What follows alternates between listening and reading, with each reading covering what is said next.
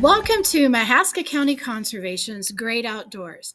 I'm Laura DeCook, the naturalist for the Mahaska County Conservation, and it's sugaring season.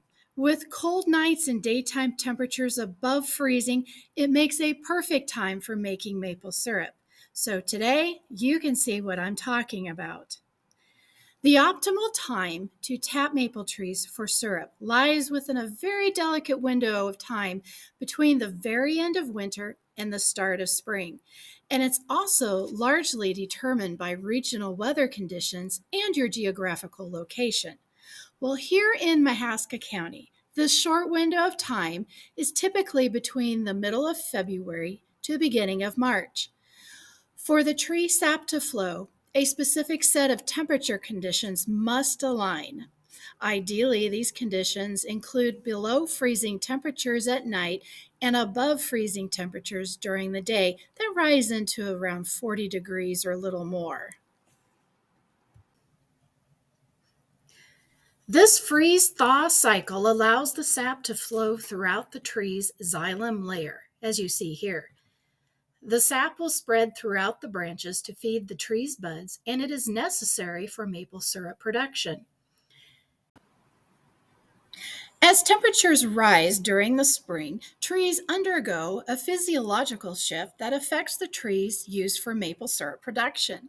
Stored starches within the sap convert into sugar and then mix with water within the tree. Then that creates a sweet sap that is tapped and later turned into maple syrup. Well, now I'm going to take you outside so you can see how we tap a maple tree. But first, here is a list of supplies that you will need. I have all the supplies sanitized and ready to go. Now we will need to find a suitable tree to tap. Sugar maple trees contain the highest amount of sugar in the sap, so it will take less sap to make syrup. Even so, it does take plenty of sap. For maple sugar trees, you will need 40 gallons of sap to make 1 gallon of syrup. For trees with less sugar content, like silver maples, it can take up to 60 gallons of sap to make 1 gallon of syrup.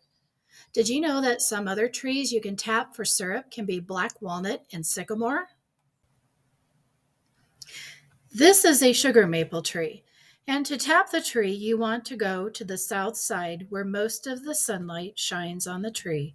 About 3 to 4 feet high, drill a hole anywhere from 2 to 2.5 inches into the tree at an upward angle. This allows the sap to drain out easily. The drill bit should be about 5/16 or 7/16. Then you clear out all the tree shavings and tap the spile or the spout into the tree. I like to use a rubber mallet for this. Then we use tubing to let the sap run into a barrel. I've been collecting sap for a few days this week, and each day I take the sap out of the barrel and refrigerate it until I have enough to start the next process called evaporating.